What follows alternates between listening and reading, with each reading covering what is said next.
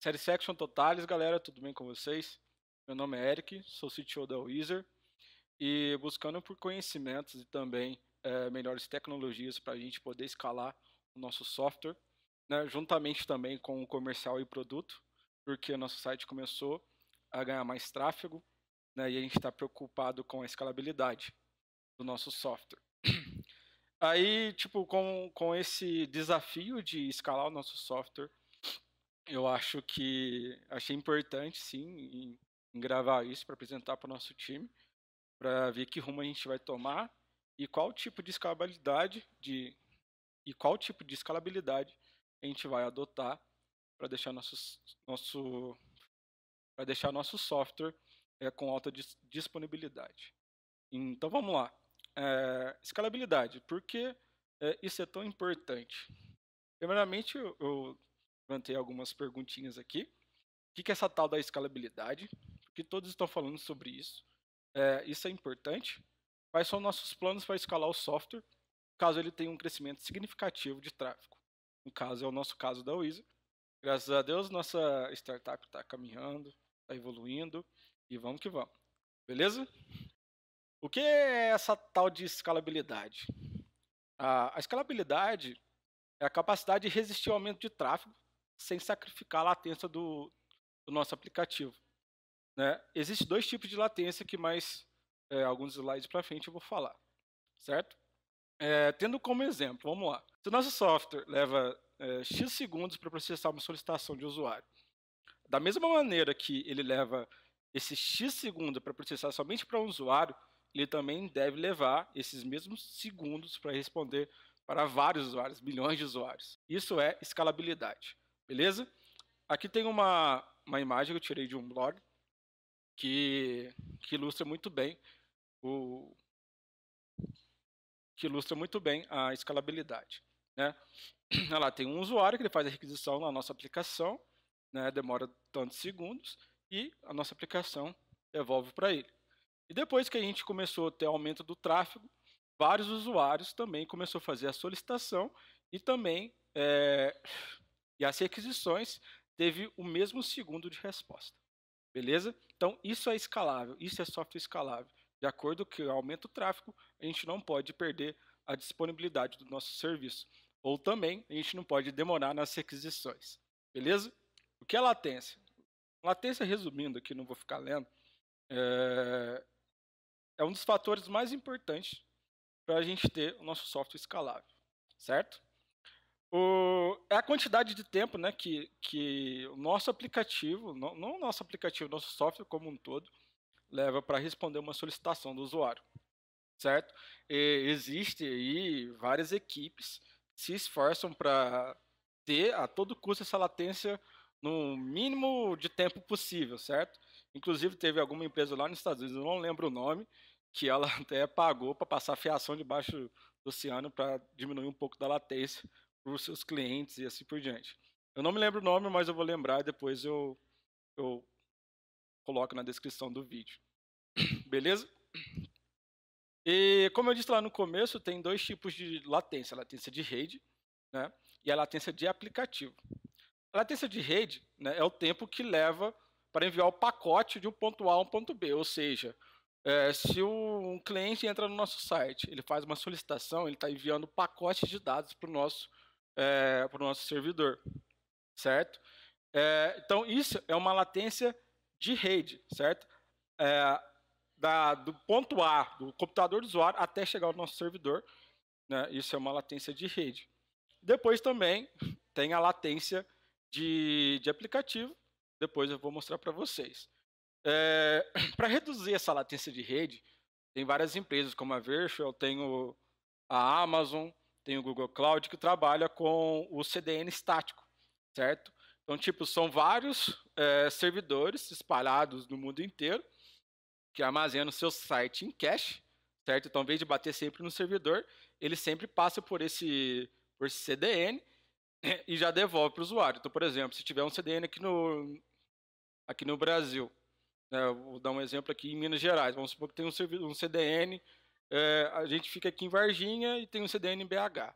Então, ao invés do nosso site que está hospedado nos Estados Unidos. Bater lá nos Estados Unidos, vai bater no CDN que está em BH e vai devolver para o nosso usuário.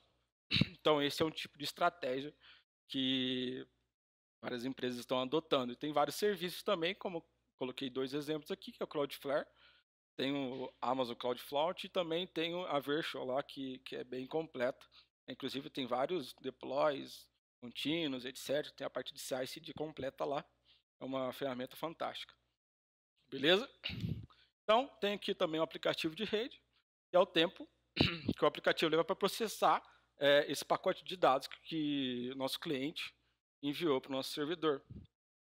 Existem várias maneiras da gente conseguir reduzir essa latência do aplicativo. Primeiro, a gente tem que fazer vários testes de carga, né? Tem várias ferramentas também para fazer isso. E de acordo com esses testes de carga, a parte de tráfego, várias solicitações, a gente pode tirar os gargalos do nosso servidor e resolver esses problemas.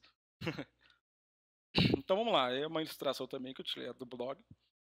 Tem aí, é bem simples, tem nosso cliente, como eu disse aqui, tem um CDN server, né?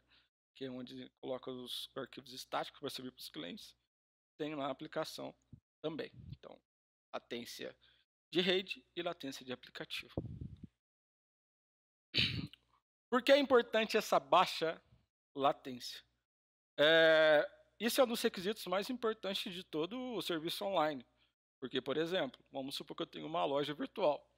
Vou comprar um tênis e não carrega esse tênis para me ver. Não sei se tem estoque, eu não sei, eu não consigo ver as fotos desse tênis. Eu não consigo ver a foto do meu produto. Demora. A primeira coisa que eu vou pensar como usuário, eu vou para outra loja. Eu vou procurar esse tênis em outra loja. Então, essa baixa latência é um desafio para qualquer empresa. Ela determina se o teu negócio vai ganhar ou vai perder. Né? Por exemplo, existem inúmeras pesquisas de mercado que apresentam o fato de que a alta latência do serviço é o grande fator para os clientes deixarem de usar o mesmo serviço. Então, um exemplo. Aqui da Wizard, entrou no site da Wizard, começou a demorar para carregar um anúncio dos imóveis. Certo? O cara vai procurar outro lugar. O cara vai perder a paciência e vai procurar outro lugar, o usuário. Então a gente tem que lutar por essa eficiência do nosso serviço.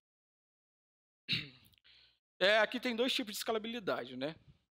Um serviço, ele, para escalar bem, né? Um serviço para escalar bem, precisa de um sólido poder de computação. Deve ser poderoso o suficiente para lidar com o aumento do tráfego do nosso site.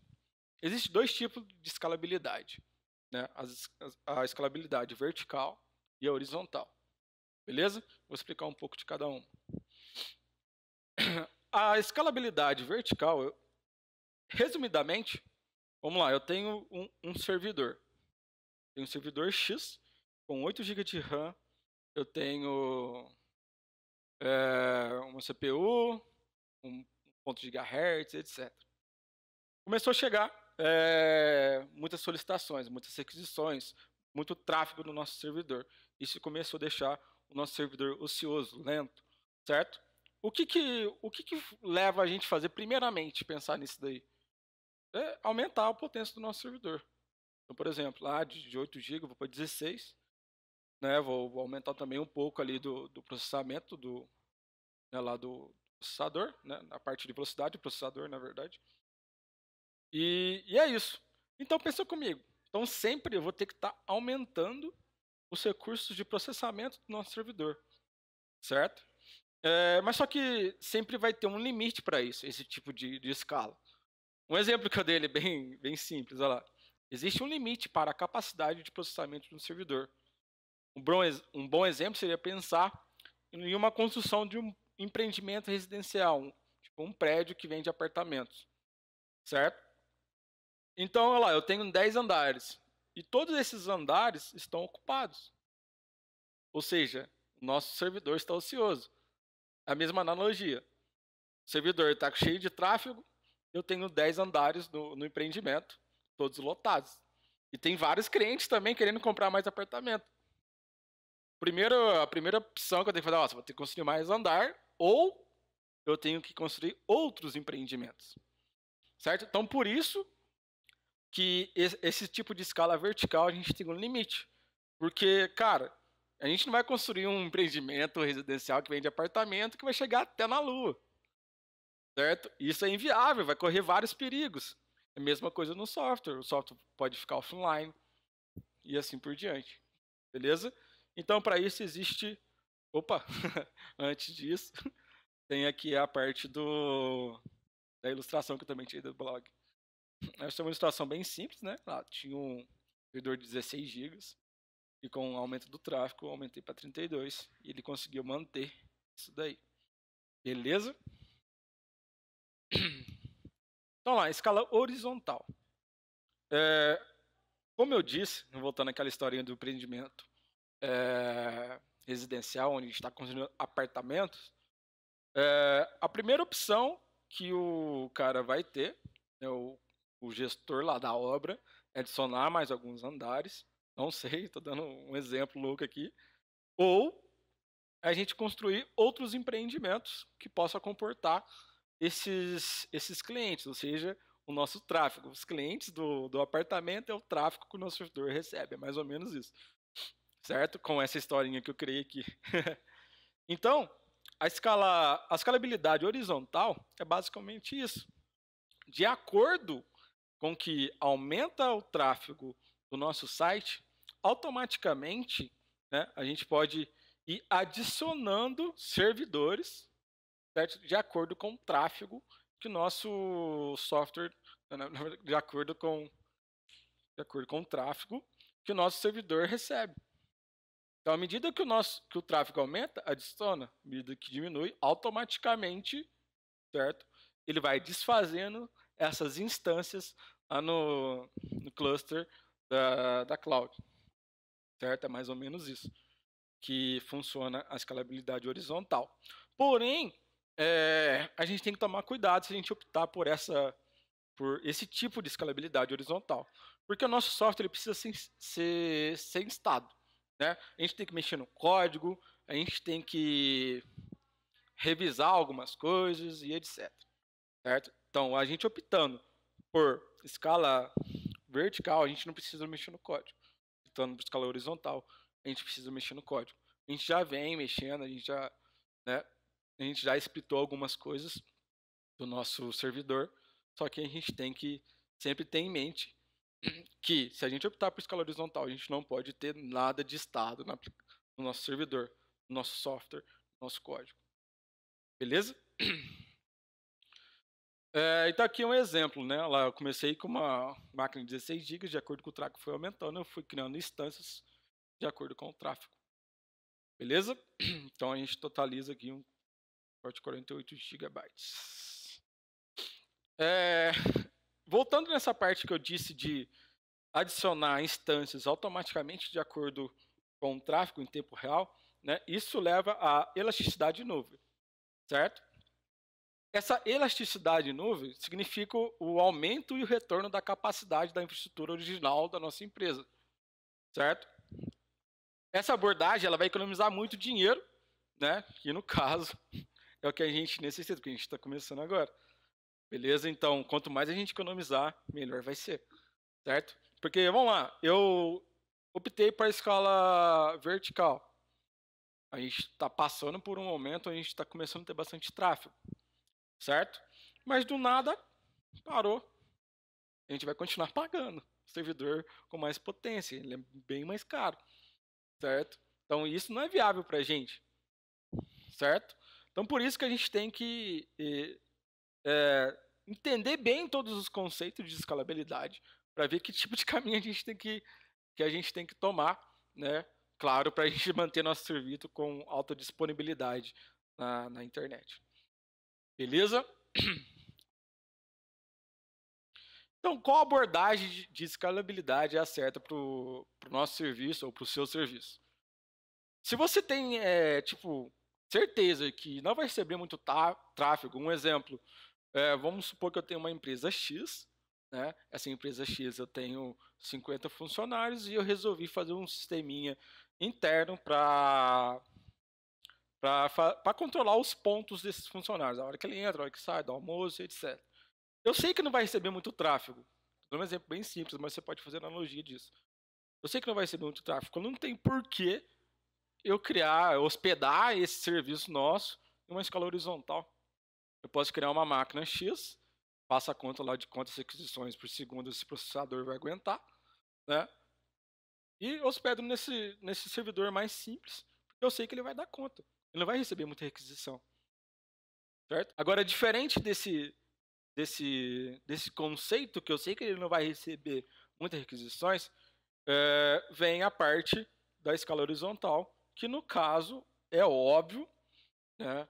A gente tem que dar um exemplo de uma rede social. Ou, por exemplo, um portal de imóvel, como é a Weezer, onde a gente tem vários anúncios aí, né, de imóveis. Então, a gente sabe que vai ter bastante tráfego ali, certo? Eu não consigo estimar quantas requisições, entendeu? Quantas solicitações a gente vai ter no nosso servidor. Então, por isso que a gente tem que optar pela escala horizontal. Mas essas duas abordagens têm as desvantagens, certo? Por exemplo, a principal desvantagem de um serviço vertical é o risco dele ficar indisponível. Simples. Vai chegar uma hora que o teu servidor não vai aguentar, certo? Ele vai ficar offline. Pronto. Já na escala horizontal, isso, tipo, é praticamente impossível de acontecer, certo? Porque à medida que o tráfego aumenta, adiciona mais instâncias na cloud. À medida que diminui, ele vai removendo essas instâncias. Por isso que eu comentei antes dos servidores que não pode ter estado, ele não pode ter arquivo, ele não pode ter arquivos estáticos lá. Um exemplo. Um exemplo seria o upload de imagens, né? Eu faço lá o upload, né, e salvo numa pastinha temp que está dentro lá do servidor. Então vamos lá, eu vou anunciar um imóvel, né? Eu vou anunciar um imóvel na nossa plataforma. Consequentemente, na hora que eu vou anunciar esse imóvel, eu tenho que registrar ele, né? E um belo exemplo seria lá, tem um servidor, vamos supor que a gente tem 3 servidores funcionando neste momento. Porém, nosso tráfego aumentou, certo? Na verdade, 3 não, porque já ia enquadrar nesse exemplo meu aqui. Eu tenho somente um servidor funcionando, então nosso tráfego aumentou, foi para 2, certo? E eu quero anunciar esse imóvel, então primeiramente eu tenho que registrar isso. Então na hora que eu faço a requisição, antes de chegar, né, qual servidor que eu vou salvar essas fotos, né? Existe um negócio chamado Node Balance, que que ele gerencia as cargas, onde vai ver para qual servidor está mais de boa, qual servidor está com menos processos. Então isso é outro assunto que a gente pode conversar depois, certo? Então vamos lá.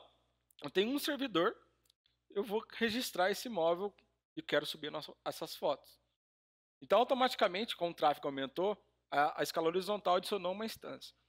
E vamos supor que ele salvou essas imagens nessa segunda instância, porém o tráfego diminuiu. E na hora que diminui, depois que a gente configura isso lá na cloud, a instância é removida.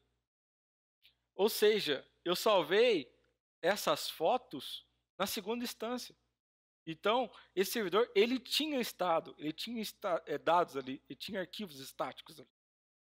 Ou seja, todas as fotos desse imóvel que foi adicionado, que foi para a segunda instância, foram perdidas. E isso que acontece com qualquer coisa. Se você for... Isso é um exemplo de arquivos estáticos na nossa aplicação. Tem vários outros exemplos. Então, você tem que splitar tudo isso, né? Você tem que, tipo, criar esses servidores mesmo que ele consiga se espelhar sem estado. Aí não corre o risco, por exemplo, de criar um usuário e depois perder esse usuário. Se você criar cada instância e cada instância tem um banco de dados igual ao da anterior. Então você tem que splitar esse banco de dados, você tem que splitar o serviço de armazenamento de fotos e assim por diante. São várias coisas que você tem que mexer se você for optar por escala horizontal. Né? Então, isso seria uma desvantagem da escala horizontal, porque você tem que mexer no seu código, se esse código tem estado, tem arquivo estático lá dentro. Beleza? Essa abordagem também eu já expliquei, eu acho que eu já pulei esse slide aí, eu já fui falando tudo, eu sou meio doido. E é isso. Espero que vocês tenham gostado, espero que a nossa equipe tenha entendido. Eu sempre estou procurando, estudando, me atualizando para procurar atender as demandas da Wizard. É uma experiência nova, uma responsabilidade gigante. E vamos que vamos. Um abração, até mais.